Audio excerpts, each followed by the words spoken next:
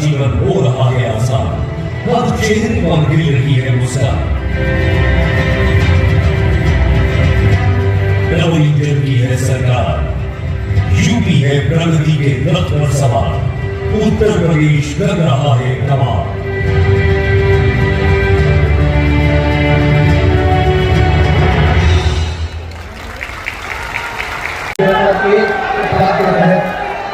ये अलीगढ़ का ही उत्पाद भेंट करेंगे माननीय मुख्यमंत्री महोदय जी को।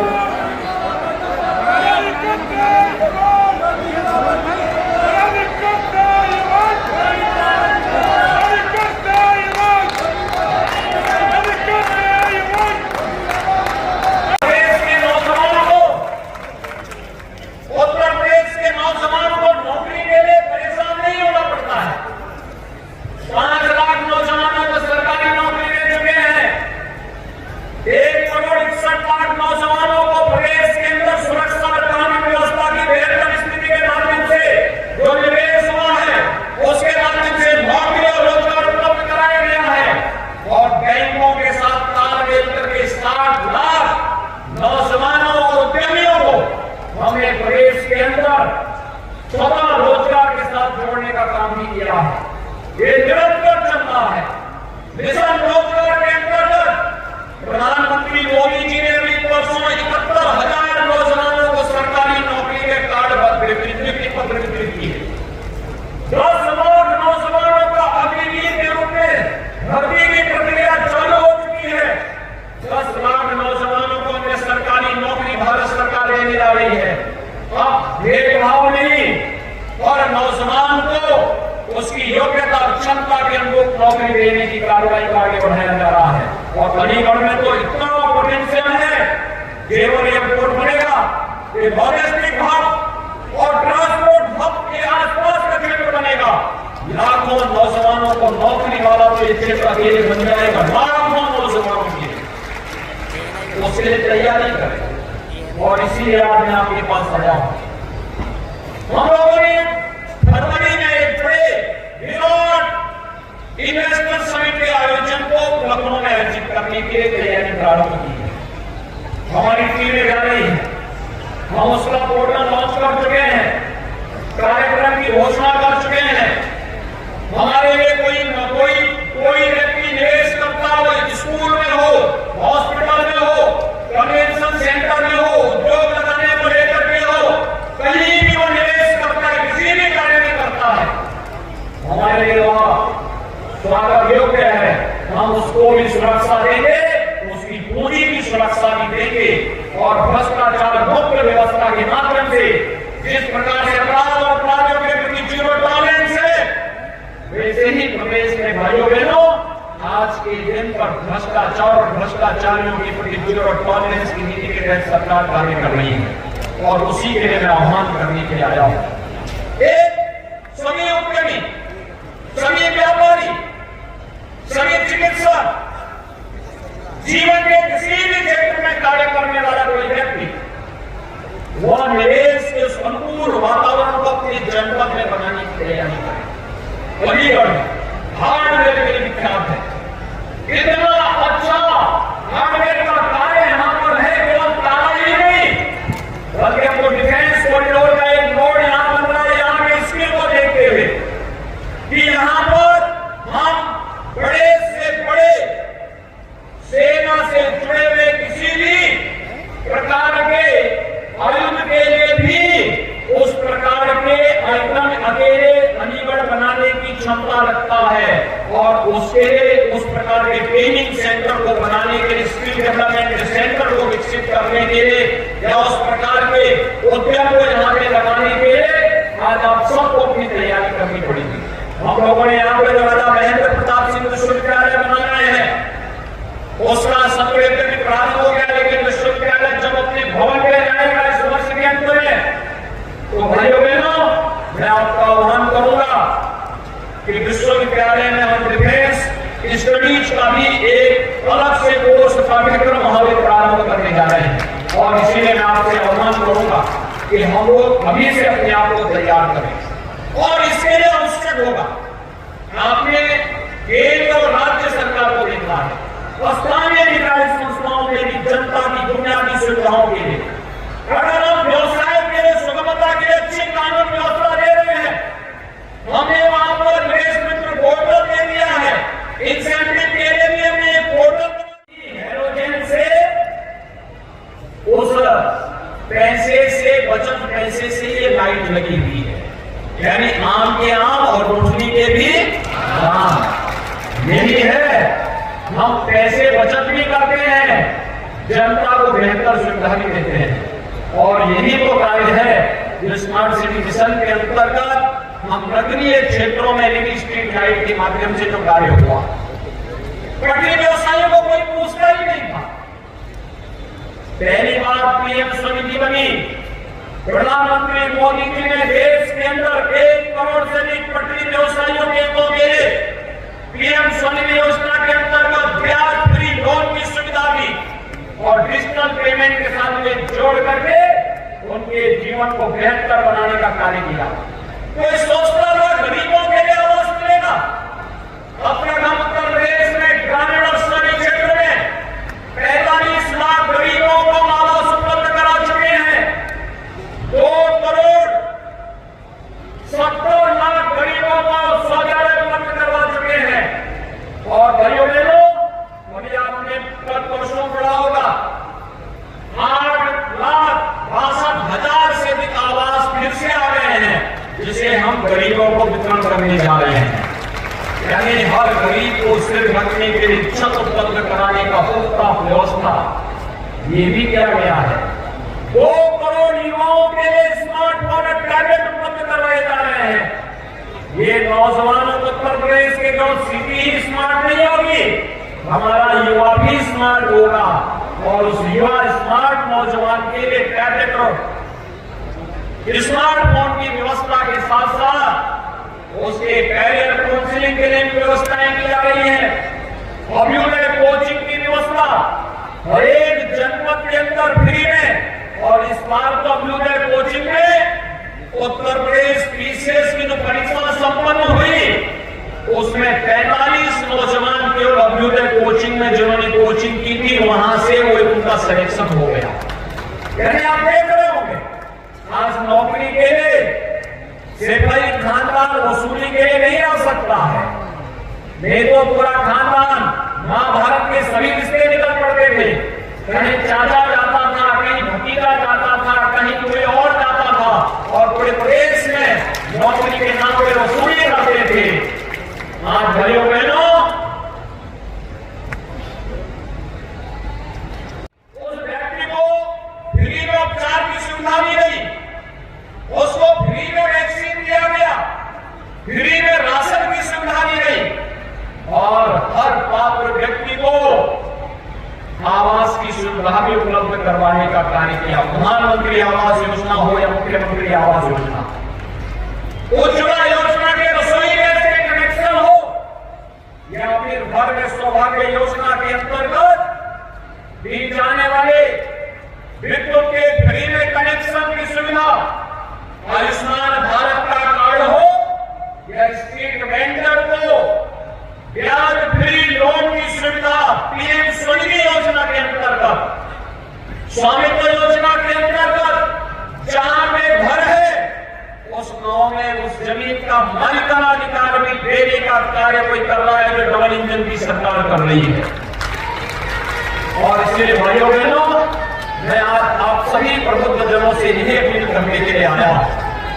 आपने परिवर्तन की बाहर डबल इंजन की सरकार को देखा है और जब स्थानीय निकाय की संस्थाओं में भी डबल इंजन की सरकार से जुड़ी हुई स्थानीय सरकार आएगी भाइयों बहनों, तो ये परिवर्तन जनता की बुनियादी सुविधाओं को प्राप्त करने के लिए जाती है। खासतौर पर सड़क है, बिजली है, स्वच्छता का है, स्ट्रीट लाइट का है। आज आप देख रहे होंगे 2017 के पहले जितनी भी स्ट्रीट लाइट होती थी बेतरतीब हेलोजन लगे रहते थे, कभी चल रहा है कभी नहीं चल रहा है। आज आप जाइए किसी भी महानगर के अंदर उत्तर प्रदेश के अंदर, पिछली सरकारों ने बिजली देनी बंद कर दी थी, इसलिए उनके स्ट्रीट लाइट का कोई महत्व नहीं था, क्योंकि जब बिजली नहीं आएगी तो लाइट चलेगी कैसे। वे बिजली नहीं देते थे, लाइट जलती नहीं थी, इसलिए उनको पता ही नहीं था कि ये सब एक जैसी लाइट तक जाएगी तो इसका प्रभाव होगा। लेकिन भाइयों बहनों, महीनों कर्फ्यू रहता था, लेकिन भाइयों बहनों आज कर्फ्यू समाप्त।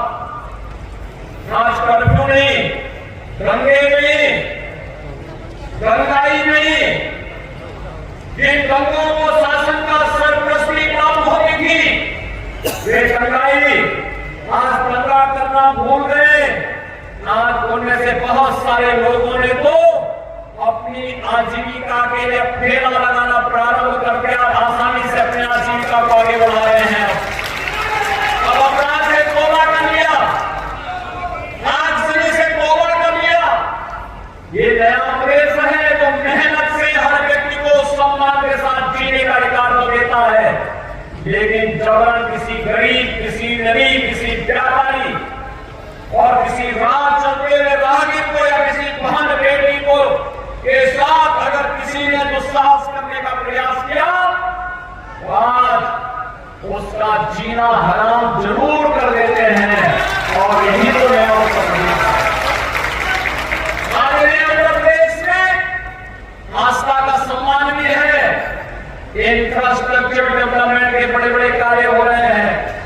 देश का सबसे बड़ा एयरपोर्ट यहीं पे जेवर में बन रहा है और देश का सबसे बड़ा एक्सप्रेसवे, गंगा एक्सप्रेसवे भी यहीं से होकर के जा रहा है। भाइयों बहनों, स्मार्ट सिटी मिशन के अंतर्गत याद करिए, इससे पहले हमारे नगरीय क्षेत्रों में स्वच्छता की क्या स्थिति होती थी, गंदगी होती थी, कूड़ा जगह के गिरा रहता था, कोई आता था देख करके वहां बड़ा खराब संदेश लेकर जाता था। लेकिन पहले से काफी सुधार हुआ है। अगर पिछली बार अलीगढ़ में भारतीय जनता पार्टी का बोर्ड बना होता तो अलीगढ़ में भी भाइयों बहनों स्वच्छता की रैंकिंग में वैसे ही स्थान अलीगढ़ को प्राप्त होता जैसे गाजियाबाद को प्राप्त हो गया, लखनऊ को, वाराणसी को, गोरखपुर को प्राप्त हो गया, आगरा को प्राप्त हो गया। ऐसे ही रैंकिंग में हमें अलीगढ़ को भी आगे बढ़ा सकते थे। कार्य हुआ, लेकिन उसके साथ एक टीम वर्क कार्य करती है। आज प्रदेश और केंद्र में एक विचारधारा की सरकार है तो योजनाओं को आसानी से लाने में मदद मिल जाती है। हमने योजनाओं में तो भेदभाव नहीं किया। कोरोना कालखंड आपके सामने उदाहरण है, कोई भी करना रहा होगा। विभिन्न शिक्षक संगठनों से जुड़े हुए सभी पदाधिकारी और समाज जीवन में लोगों की जन जागरूकता से लेकर के उन्हें समाज और राष्ट्र की मुख्य धारा के साथ जोड़ने में बड़ी भूमिका का निर्वहन करने वाले हमारे सभी प्रबुद्धजन, उपस्थित भाइयों बहनों, आज के इस प्रबुद्ध सम्मेलन में मैं आप सभी अलीगढ़ के प्रबुद्धजनों का इस मंच की ओर से हृदय से स्वागत करता हूं। महीनों कर्फ्यू रहता था, लेकिन भाइयों बहनों आज कर्फ्यू समाप्त। आज कर्फ्यू नहीं, दंगे नहीं, दंगाई नहीं, जिन दंगों को शासन का सरपरस्ती प्राप्त होती थी वे दंगाई आज दंगा करना भूल गए। आज उनमें से बहुत सारे लोगों ने तो अपनी आजीविका के लिए ठेला लगाना प्रारंभ करके आसानी से अपनी आजीविका को आगे बढ़ा रहे हैं। अब अपराध से तौबा कर लिया, आगजनी से तौबा कर लिया। ये नया प्रदेश है जो मेहनत से हर व्यक्ति को सम्मान के साथ जीने का अधिकार तो देता है, लेकिन जबरन किसी गरीब, किसी नरीब, किसी व्यापारी और किसी राह चलते हुए राहगीर को या किसी बहन बेटी को के साथ अगर किसी ने दुस्साहस करने का प्रयास किया तो आज उसका जीना हराम जरूर कर देते हैं। और यही तो नया उत्तर प्रदेश है। आज नए उत्तर प्रदेश में आस्था का सम्मान भी है, इंफ्रास्ट्रक्चर डेवलपमेंट के बड़े बड़े कार्य हो रहे हैं। देश का सबसे बड़ा एयरपोर्ट यहीं पे जेवर में बन रहा है और देश का सबसे बड़ा एक्सप्रेसवे गंगा एक्सप्रेसवे भी यहीं से होकर के जा रहा है। भाइयों बहनों, स्मार्ट सिटी मिशन के अंतर्गत याद करिए, इससे पहले हमारे नगरीय क्षेत्रों में स्वच्छता की क्या स्थिति होती थी, गंदगी होती थी, कूड़ा जगह के गिरा रहता था, कोई आता था देख करके वह बड़ा खराब संदेश लेकर जाता था। लेकिन पहले से काफी सुधार हुआ है। अगर पिछली बार अलीगढ़ में भारतीय जनता पार्टी का बोर्ड बना होता तो अलीगढ़ में भी भाइयों बहनों स्वच्छता की रैंकिंग में वैसे ही स्थान अलीगढ़ को प्राप्त होता जैसे गाजियाबाद को प्राप्त हो गया, लखनऊ को, वाराणसी को, गोरखपुर को प्राप्त हो गया, आगरा को प्राप्त हो गया। ऐसे ही रैंकिंग में हमें अलीगढ़ को भी आगे बढ़ा सकते थे। कार्य हुआ, लेकिन उसके साथ एक टीम वर्क कार्य करती है। आज प्रदेश और केंद्र में एक विचारधारा की सरकार है तो योजनाओं को आसानी से लाने में मदद मिल जाती है।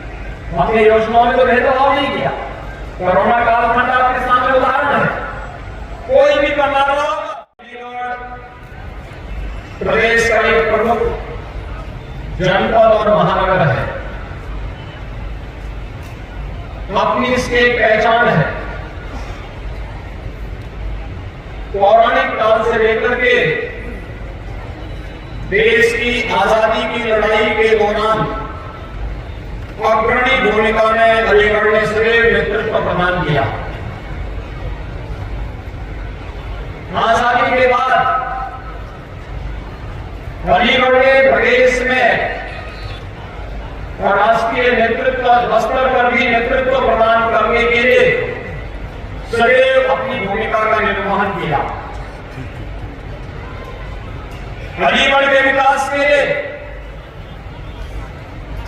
अलग अलग स्तर पर निरंतर प्रयास हुए। कभी बाबूजी श्री कल्याण सिंह जी के नेतृत्व में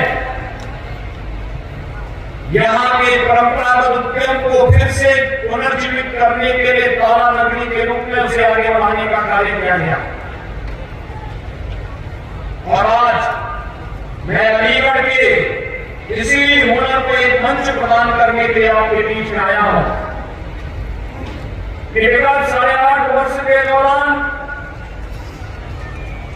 आपने देश को बदलते हुए देखा है।